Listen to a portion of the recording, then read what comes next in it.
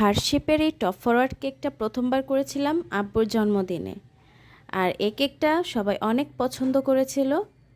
আশা করি আপনাদের কাছেও ভালো লাগবে। যদি ভালো লাগে প্লিজ ভিডিওটা শেয়ার করে দিবেন। তো এর জন্য এখানে আমি 1 পাউন্ডের একটা কেক বেস নিয়েছি হার্শিপের।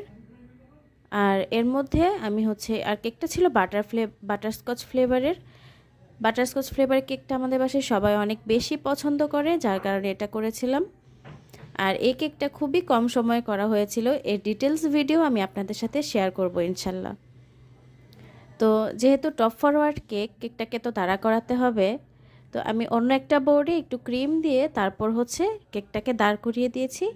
আর সাথে কিছু নন এডিবল ফ্লাওয়ার, আর্টিফিশিয়াল ফ্লাওয়ার আর কিছু ফ্রেশ ফ্লাওয়ার দিয়ে এটাকে ডেকোরেশন করছি। যেহেতু তাড়াতাড়ি করেছিলাম, কি করব কি না করব বুঝতে পারছিলাম না।